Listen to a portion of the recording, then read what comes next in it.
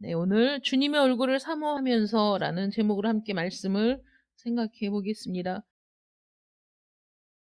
네, 우리가 예배도 드리고 말씀도 듣고 찬양도 하고 그 세월이 얼만데 그런데도 불구하고 여전히 참 우리가 믿음이 없다라는 생각을 하게 됩니다. 하나님 앞에 부끄럽기 짝이 없는데 오늘 말씀을 보면서 27편이 다윗의 시라고 성경에 기록이 되어 있네요. 이 27편 이 시를 우리가 쭉 보면서 다윗이 자신이 어떻게 시련과 시험을 만나서 그것을 극복했는지 경험을 지금 나누고 있다는 것을 보게 됩니다.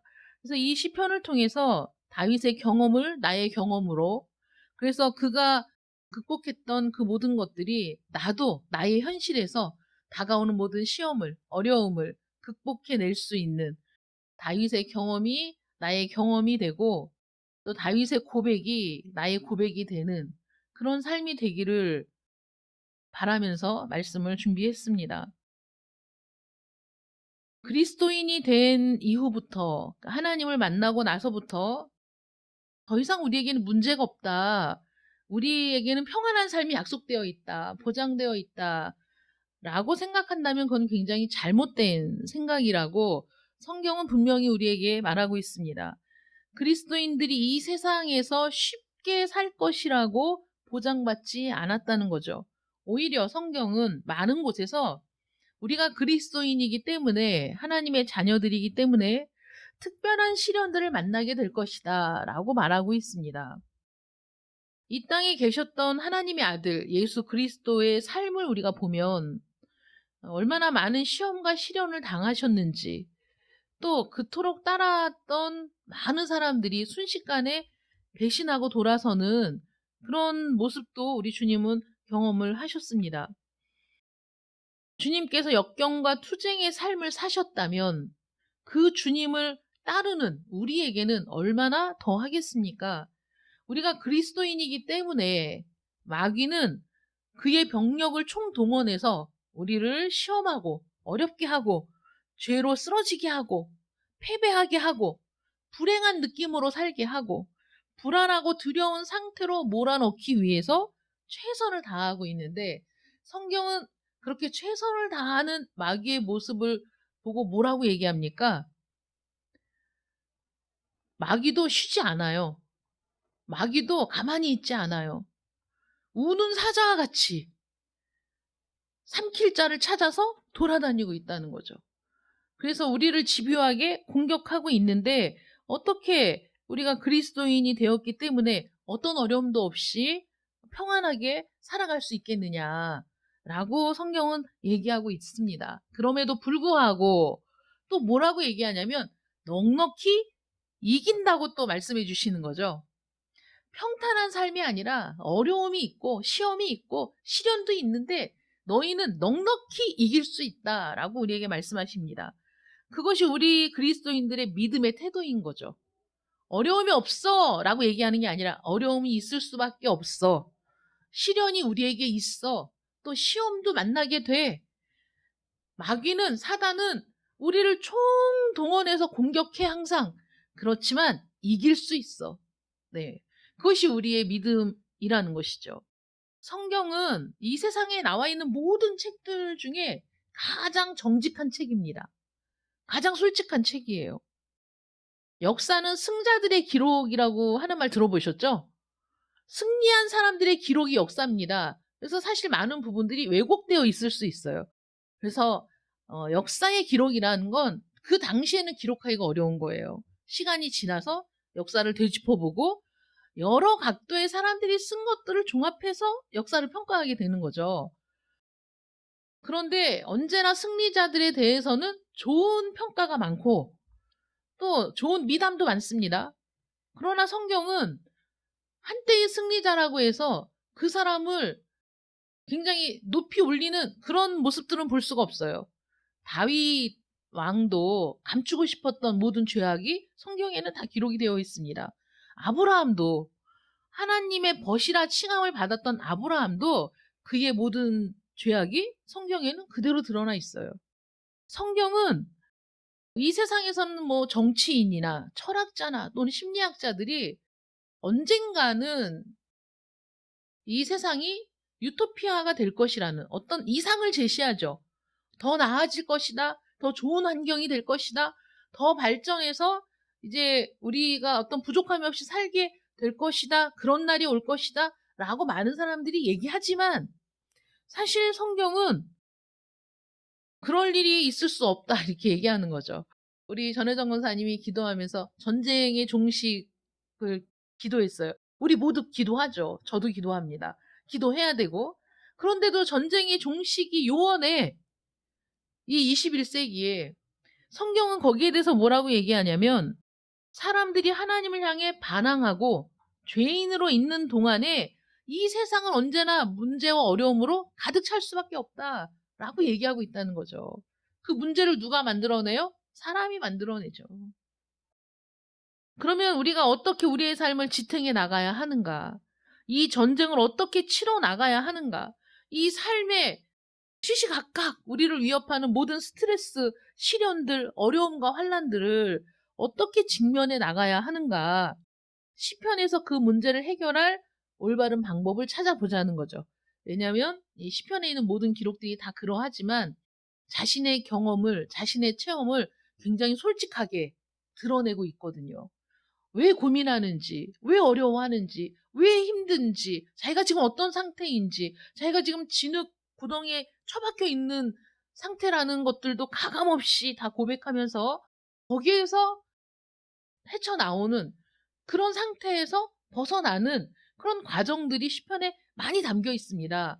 그래서 이 시편 기자들의 경험이 곧 나의 경험이 되는 것이고 그들의 고통이 10분 이해할 만한 고통이 되는 것은 그들의 체험이 굉장히 직설적이고 솔직하고 담백하고 진짜 경험한 경험담이기 때문이죠.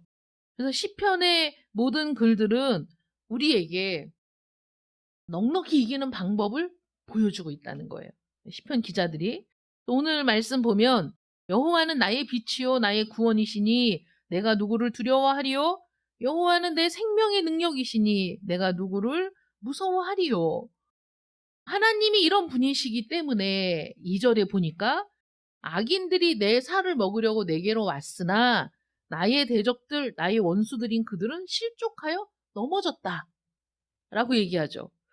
3절에 보면 설령 군대가 나를 대적하여 나를 잡으려고 군대가 진을 쳤어. 여러분 굉장히 두려운 상황이잖아요. 경찰들이 나를 잡으러 와도 무서워. 심지어는 검찰청이라고 전화만 와도 사람이 심장이 떨려. 근데 군대가 나를 잡으려고 진을 치고 있어. 너무 두려운 상황이죠. 그런데 군대가 나를 대적하여 진을 칠지라도 내 마음이 두렵지 않아. 전쟁이 일어나서 나를 치려 할지라도 나는 여전히 태연하다 라고 지금 고백하고 있어요.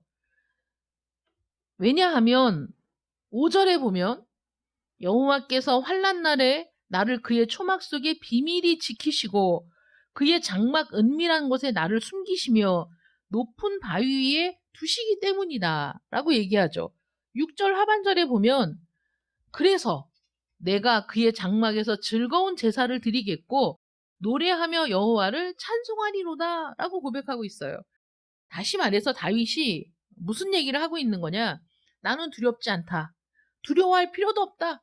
나의 적들이 진을 쳐서 나를 대적할지라도 상관이 없다. 전쟁이 일어나서 나를 치더라도 나는 두려워하지 않을 것이다. 그 무엇도 나를 좌절시키지 못한다. 라고 지금 얘기하고 있는 거거든요. 이런 놀라운 확신을 어떻게 가질 수 있을까 하고 보면 성경에 하나님의 사람들은 다 이런 확신을 가지고 있었다는 것을 볼 수 있습니다. 바울이 이렇게 얘기합니다. 로마서 8장 38절 39절에 보면 내가 확신하노니 사망이나 생명이나 천사들이나 권세자들이나 현재일이나 장래일이나 능력이나 높음이나 깊음이나 다른 어떤 피조물이라도 우리를 우리 주 그리스도 예수 안에 있는 하나님의 사랑에서 어떻게 할 수 없다고요? 끊을 수 없다. 라는 확신을 갖고 있었어요. 사도 바울은 그 확신의 근거를 어디에다 두고 있는 겁니까?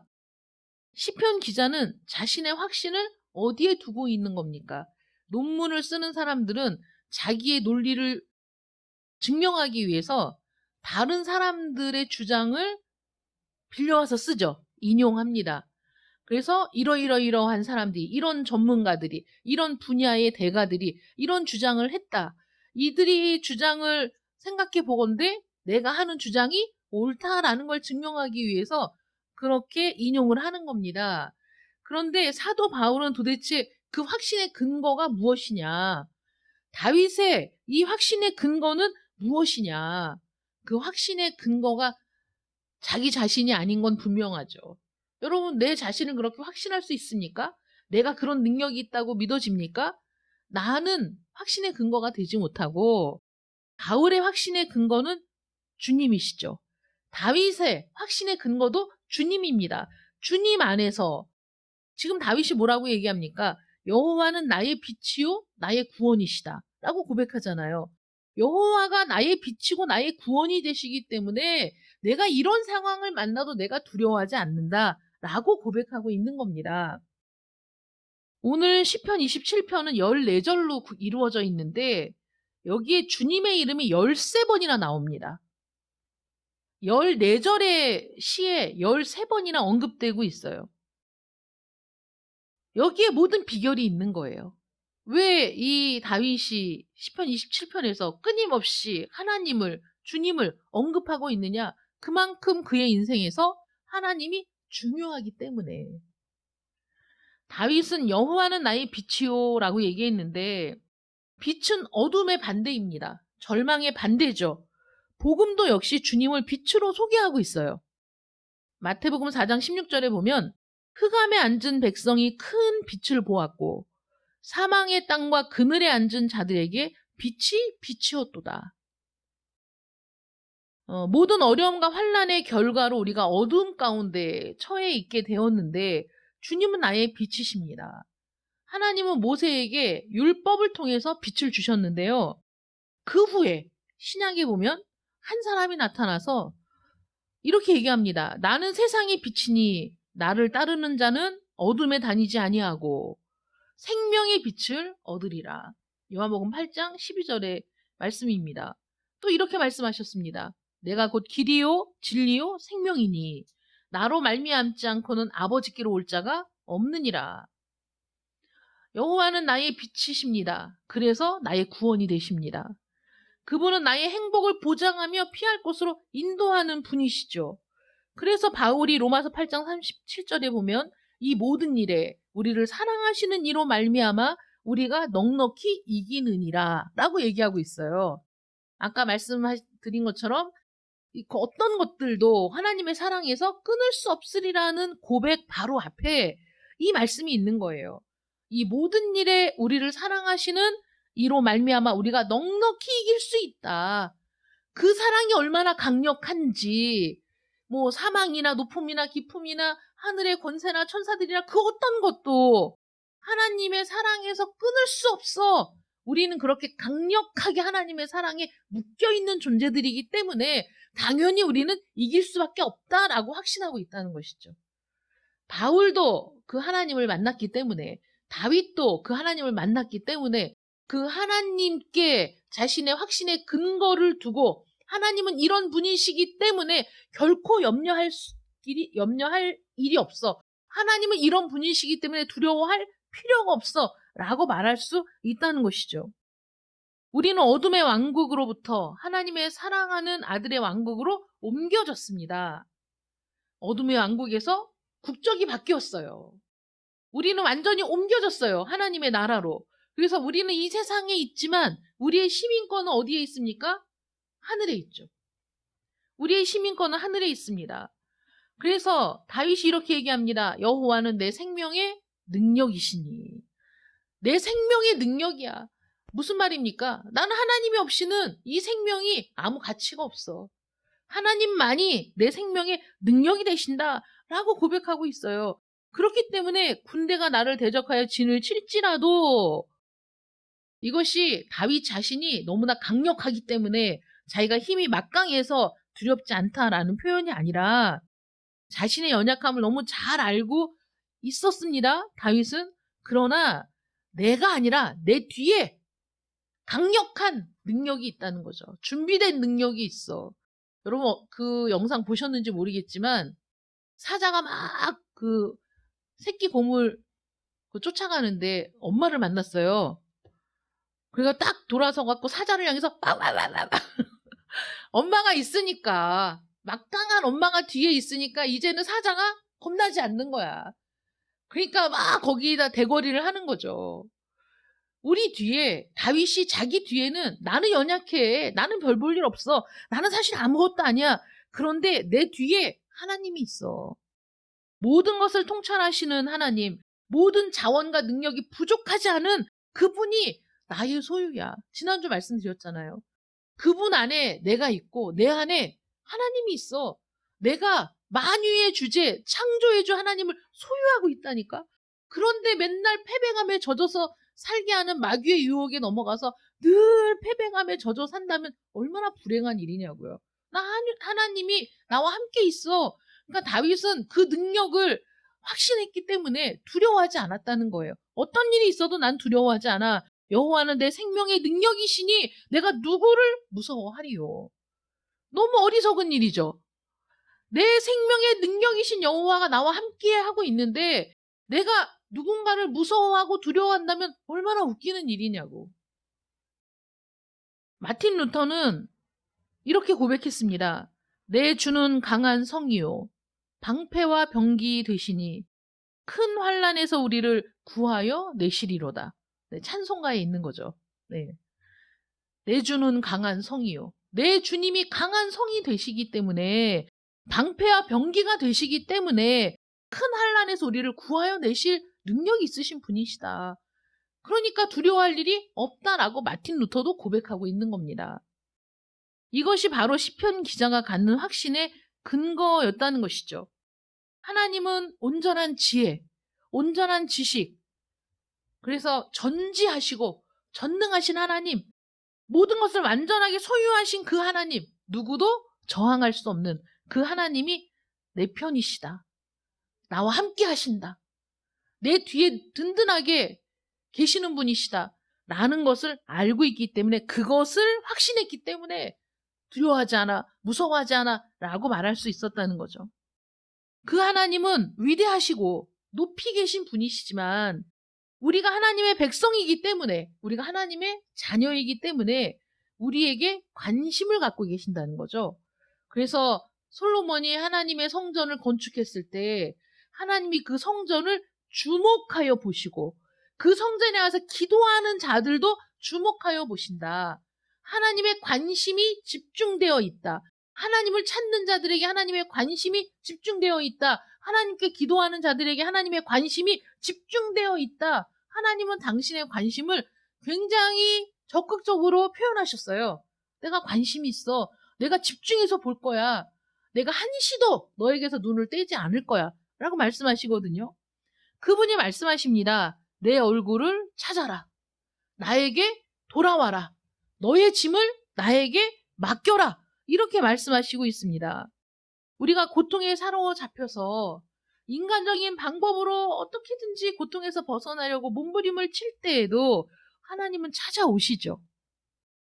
우리가 당황하고 좌절할 때 우리 안에서 들려오는 음성이 있습니다. 여러분 귀를 기울여 보세요. 세미하게 말씀하십니다.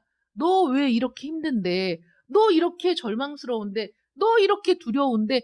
왜 나를 찾지 않느냐? 우리 찬송도 있잖아요. 왜 걱정하느냐?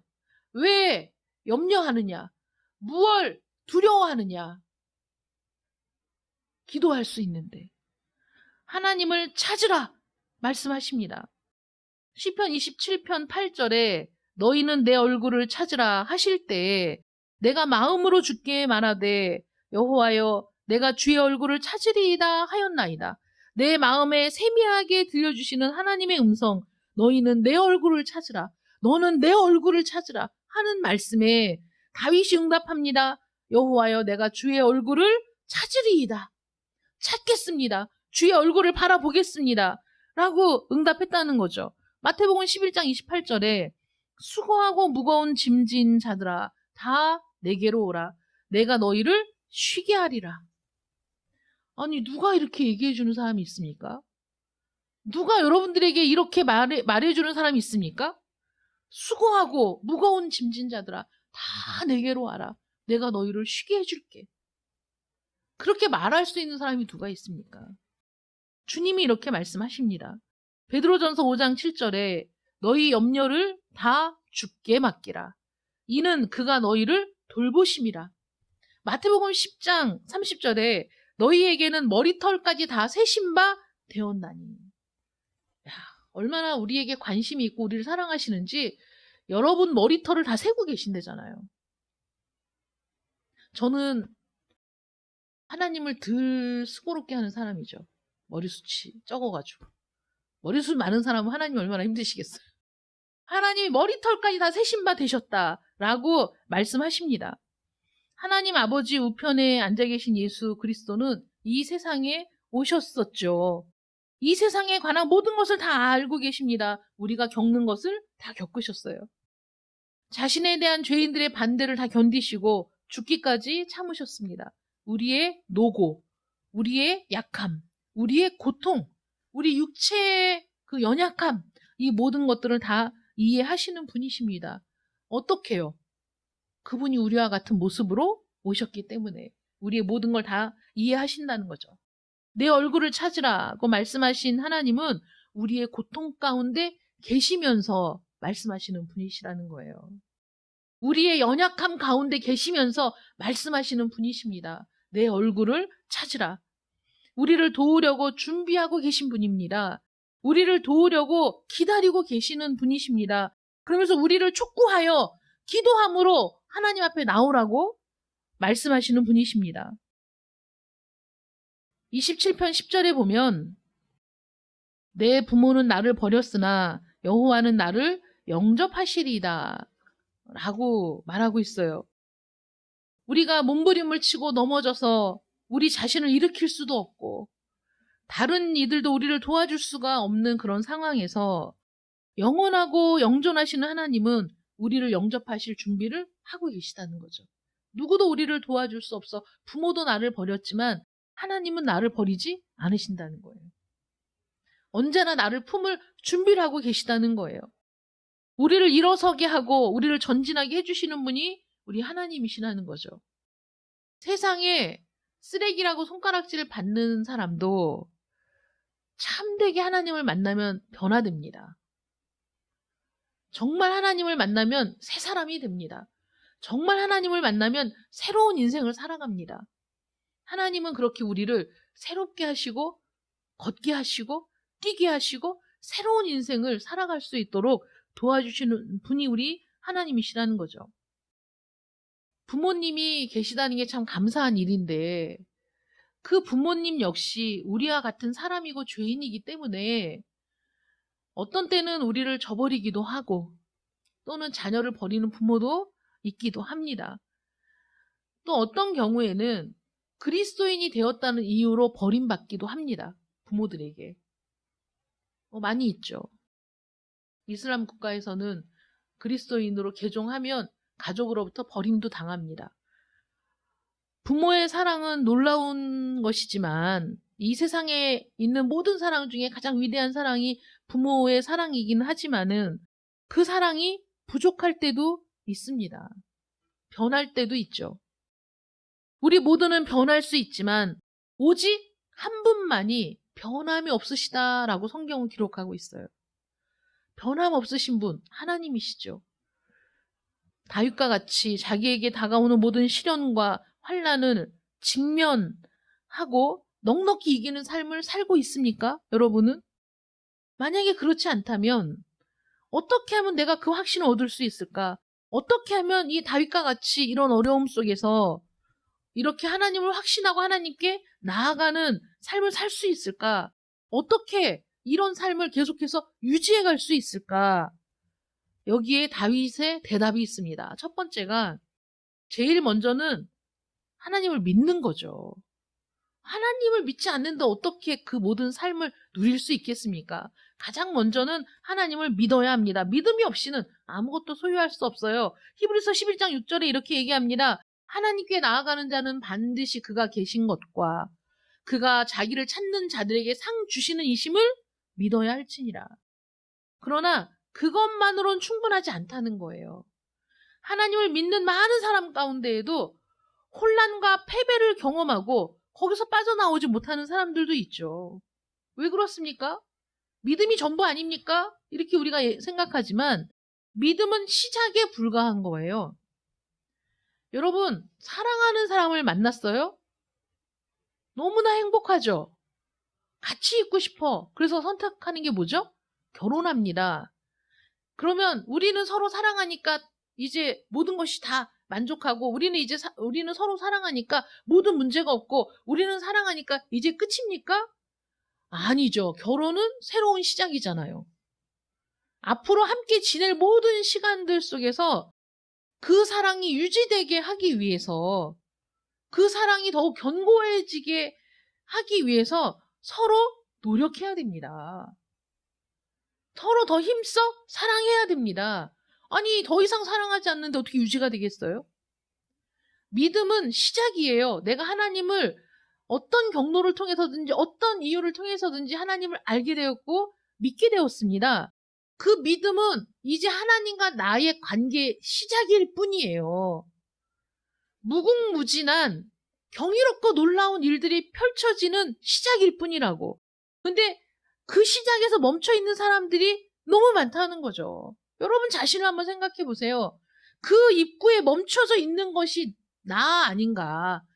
목사님이 지금 내 얘기를 하고 있구나 라는 생각이 드는 분 없습니까?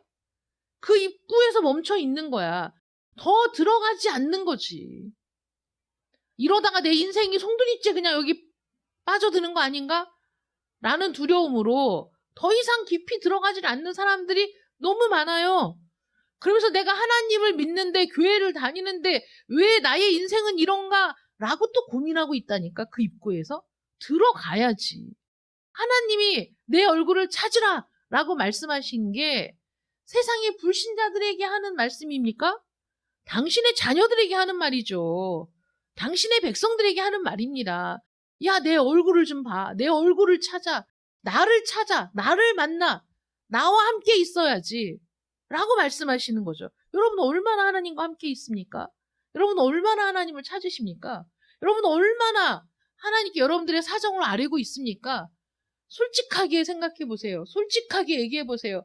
여러분 얼마나 여러분들의 고통을, 여러분들의 슬픔을, 여러분들의 그 곤란함을, 어려움을 누구에게도 말 못하는 속끓이는 그런 것들을 하나님께 얼마나 아뢰고 있습니까?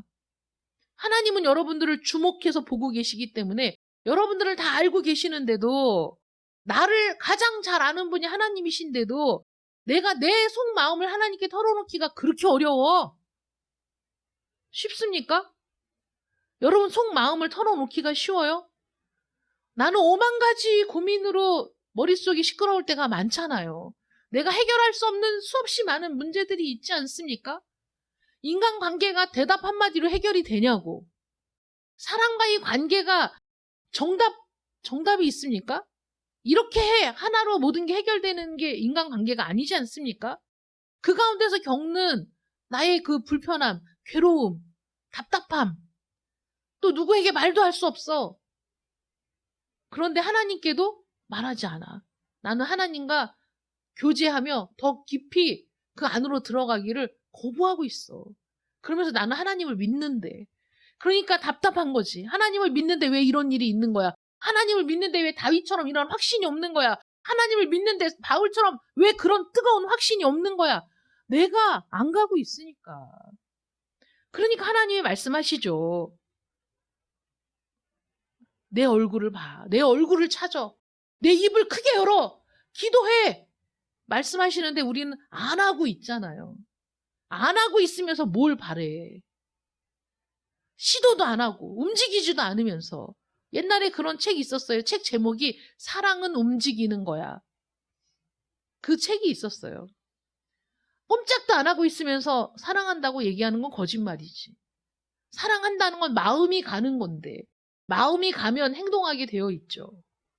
우리가 하나님을 사랑한다면서 하나님을 믿는다면서 우리는 움직이지 않으려고 해. 한 걸음도 내딛지 않으려고 해. 나는 그 하나님을 사랑한다면서 하나님과 교제하질 않아. 근데 어떻게 풍성한 삶을 누리겠냐고. 하나님 우리가 풍성한 삶을 누리기를 원하신다니까요. 우리가 풍성한 삶을 누리기를 하나님은 간절히 원하고 계셔. 근데 우리가 마다하는 거야. 저 앞에 푸른 초장이 있다고 해도 안 가는 거야. 저 앞에 시원한 물이 있다는데도 안 가는 거야. 목말라 죽겠대. 배고파 죽겠대. 어떡하라고. 하나님을 믿는 많은 사람들이 왜 혼란과 패배를 경험하느냐. 왜 그들이 그렇게 정말 안타까운 상황 속에 머무를 수밖에 없느냐. 믿음이 시작에 불과하기 때문이다. 그리스도 안에서 아직 4절에서 강조하는 두 번째 단계에 가지 못했기 때문이라는 거죠. 4절에 뭐라고 기록되어 있습니까? 내가 여호와께 바라는 한 가지 일, 그것을 구하리니 곧 내가 내 평생에 여호와의 집에 살면서 여호와의 아름다움을 바라보며 그의 성전에서 사모하는 그것이라. 이 다윗이 경험한 하나님은 너무나 놀라운 분이기 때문에 그냥 나는 하나님을 믿어요. 여기에 멈출 수가 없는 거예요. 하나님을 보고 또 보고 싶어. 하나님을 바라만 봐도 너무 좋아. 나는 그냥 하나님의 집에 아예 살면서 하나님의 아름다움을 바라보며 하나님의 성전에서 그 하나님을 사모하는 거, 이게 자기가 가장 원하는 거라는 거죠. 내가 가장 원하는 건 이거야. 이것보다 더 중요한 게 나는 하나님의 전에서 하나님을 사모하는 일이 나에겐 가장 중요하고 나는 가장 이게 하고 싶은 일이야 라고 얘기하고 있어요. 여러분 그런 사모함이 있습니까? 여러분 하나님을 향한 그런 갈망이 있습니까? 그런 갈망과 하나님을 사모하는 마음이 표출되는 게 예배인 거예요. 하나님이 예배자를 찾으신다고 하니까 이 자리에 나와 있으면 하나님이 찾으신다고 생각하면 안 됩니다. 같은 자리에 있어도 하나님이 찾으시는 예배자가 있고 아닌 사람이 있다고 말씀드렸죠. 어떤 사람이 하나님이 찾으시는 예배자이냐? 하나님을 갈망하며 찾는 사람, 하나님의 아름다움을 사모하는 사람, 하나님과 함께 있기를 학수고대하는 사람, 간절히 원하는 사람, 이런 사람이 참되게 예배를 드린다니까요. 마음에 그런 갈망도 없이. 여러분, 많은 여자들이 남편에게 사랑받고 있다는 확신을 갖고 싶어 한대요. 그래서 여자들이 자꾸 물어보는 거야. 나 사랑해? 라고 물어보죠. 근데 남자들은 속 시원하게 대답해주는 사람이 또 별로 없어. 뭘 그딴 걸 물어봐. 꼭 말해야 아나? 이렇게 얘기한다고. 꼭 말을 해야 알아? 뭘 그런 걸 자꾸 물어봐. 왜 물어보겠어요? 왜 물어보겠어요? 확신이 없으니까 물어보지. 충분하지 않으니까.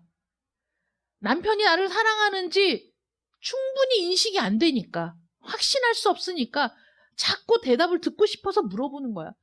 남편이 넘치게 사랑해주면 안 물어봐도 된다니까요. 확신이 없으니까 물어보는 거야. 나를 사랑하냐고. 여러분, 하나님이 여러분들을 사랑한다고 여러분들이 믿는다고 얘기하는데 하나님이 정말로 여러분을 사랑하는지 진짜 믿으십니까? 여러분 경험하셨어요? 너무 넘치도록 충분히 하나님의 사랑이 느껴져서 하나님 저 정말 사랑하시는 거 맞아요? 라고 물어볼 필요가 없으십니까? 여러분 한번 생각해 보세요. 그렇게 충만하시냐고. 아니면 그렇게 또 하나님을 사랑하시냐고. 응? 다윗처럼 이런 간절함이 있습니까? 이 한 가지 일, 하나님을 향한 완전한 집중이죠. 응? 남자가 여자를 사랑하는지 어떻게 알아? 데이트하고 있는데 옆에 예쁜 여자가 지나가면 자기도 모르게 자동 반사적으로 눈이 획 돌아가. 그 모습을 보고 여자들이 이 사람이 나를 사랑하는지 확신할 수 있겠어요? 여러분 우리가 수없이 많은 일에 우리의 관심과 집중을 분산시키면서 그 수없이 많은 관심과 집중의 한 부분을 하나님께 걸어두고 하나님을 사랑한다 이렇게 얘기하는 사람들이 너무 많다는 거죠. 하나님을 믿는다. 하나님을 사랑한다. 여러분 얼만큼 믿는 거예요? 얼만큼 사랑하는 겁니까? 얼만큼 집중하는 겁니까? 하나님이 여러분들을 사랑하는 거에 수억만 분의 1도 여러분은 하나님을 사랑하지 않아요. 하나님이 여러분들에게 집중하고 관심을 갖는 거에 수억만 분의 1도 여러분들은 집중하지도 않고 관심도 없어. 그러면서 믿는다, 하나님을 사랑한다 얘기하는 거야. 그러니까 충만을 경험하지 못해. 풍성을 경험하지 못해. 다윗과 같은 확신이 없어. 바울과 같은 확신이 없어. 항상 하나님을 믿었고 항상 기도해 왔다고 얘기하지만 여전히 혼란스럽고 여전히 문제로 가득하고 여전히 패배로 가득 차 있다는 것이죠. 믿기만 하는 건 가치가 없다는 거예요. 이거는 여러분들 아주 초신자, 불신자들에게는 믿기만 하면 이라고 얘기할 수 있어요. 여러분은 그 수준이 아니잖아. 믿기만 하는 건 가치가 없다니까요. 야고보가 이렇게 얘기합니다. 내가 하나님은 한 분이신 줄을 믿느냐? 잘하는도다. 귀신들도 믿고 떠느니라. 여러분, 귀신들도 믿고 떠는 수준에 머물러 있으면 창피한 줄 알아야지. 걔네도 하나님이 어떤 분인지는 안다니까. 걔네도 예수님이 어떤 분인지는 알았어요. 여러분들의 믿음은 그것을 뛰어넘는 정말 하나님을 간절히 소망하고 바라는 그런 믿음이 되시길 축원합니다. 간절한 소망, 간절한 기대가 하나님께 있어야 돼. 이 세상 그 어느 것보다 나는 하나님과 친밀한 관계에 있기를 원한다. 무슨 일이 있어도 나는 하나님과 함께 있고 하나님은 나와 함께 계실 것이다. 라는 그 갈망이 우리 안에 있어야 된다는 거죠. 시편 기자의 최상의 목표는 그래서 그렇게 하나님을 사랑하니까, 그렇게 하나님께 나의 모든 관심이 집중되어 있으니까, 내가 그렇게 하나님을 사모하니까, 그 아름다움에 내가 너무 황홀하니까, 그래서 자연스럽게 나오는 게 무엇이냐? 하나님을 예배하는 것, 하나님을 경배하는 것이라는 거예요. 여러분, 예배가 이렇게 아름다운 거라니까. 경배가 이렇게 아름다운 거야. 이거는 나의 사랑의 고백인 거야, 하나님 앞에. 어떤 사람이 사랑의 고백을 하는데 곁눈질을 해. 어떤 사람이 사랑의 고백을 하는데 속으로 딴 마음을 품어. 어떤 사람이 사랑의 고백을 하는데 머릿속으로 다른 생각을 해. 있을 수 없는 일이잖아요. 그 순간에 나의 온 마음과 온 신경과 나의 모든 것을 집중해서 사랑을 고백하지 않습니까? 그래서 여자들이 그런 프로포즈를 기대하지. 나에게만 집중되는, 내가 사랑하는 저 사람의 온전한 관심과 집중과 정말 최선을 다한 사랑의 고백을 듣고 싶은 거지. 하나님도 그렇게 원하신다고. 우리의 모든 것을 다 집중하여 나의 모든 관심을 하나님께 드려서, 나의 모든 사랑을 하나님께 드려서 하나님을 바라보는 것, 그것이 참된 예배, 참된 경배라는 것이죠.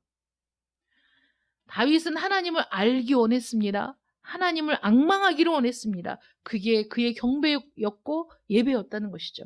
하나님을 믿는, 나는 하나님을 믿어 하는 그 자리, 그 입구에서 여러분 발을 떼시고 하나님과의 관계 속으로 걸어가시기를 축원합니다.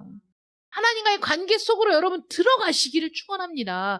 그 안에 있는 풍성한 보화를 누리시고 그 풍부함을 누리시고 그 풍요의 기쁨을 누리시려면 들어가셔야 된다고. 들어가셔야 돼요. 머물러 있지 마세요. 언제든지 한 발을 뺄 생각으로 있지 마세요. 그런 마음으로 있으면 그건 예배자가 아닌 거예요. 다윗처럼 넉넉히 이기는 자가 되기를 원한다면 다윗이 했던 것처럼 하나님과 함께 시간을 보내야 돼요. 하나님과 함께 있어야 됩니다. 하나님께 마음을 쏟아야 합니다. 하나님이 나에게 있어서 가장 큰 갈망이 되어야 한다는 거죠. 그렇게 된다면 하나님이 우리의 빛이심을 발견하게 될 겁니다. 이 어두운 세상에 오직 유일한 빛이신 하나님을 발견하고 그 길로 가게 될 거예요. 그렇게 되면 빛이신 하나님께 우리가 나아가기만 하면 하나님 우리의 구원이 되시고 우리의 능력이 되시고 우리의 힘이 되시고 영원한 안식처가 되실 줄 믿으시기 바랍니다. 기도하겠습니다. 사랑의 하나님 감사합니다. 웬 사랑인지, 웬 은혜인지 하나님이 우리를 사랑하시는 그 모든 것들을 우리가 깨닫게 되면 하나님 앞에 굴복할 수밖에 없습니다. 무너질 수밖에 없습니다. 어찌하여 나를 이토록 사랑하시는가? 어찌하여 이토록 나를 귀하게 여기시는가? 어찌하여 나를 이렇게 귀한 존재라고 말씀해 주시는가? 하나님의 사랑이 너무나 버거워서 눈물을 쏟을 수밖에 없습니다. 그렇게 우리를 사랑하시는 하나님의 사랑 안에서 우리도 하나님을 갈망하며 사랑하기를 원합니다. 하나님을 찾기를 원합니다. 하나님 한 분만 바라보기를 원합니다. 이 어두운 세상에 빛 대신 하나님께 나아가기를 원합니다. 그래서 하나님의 그 풍성함을, 하나님의 그 풍요를, 하나님의 그 존귀함을 우리가 마음껏 누리며 살기 원합니다. 하나님이 나의 힘과 능력이 되심을 고백하며 살기 원합니다. 하나님, 그렇게 살아가는 저희들, 그 풍성함 속으로 날마다 걸어 들어가는 저희들 되게 하여 주시옵소서. 예수님의 이름으로 기도드립니다. 아멘.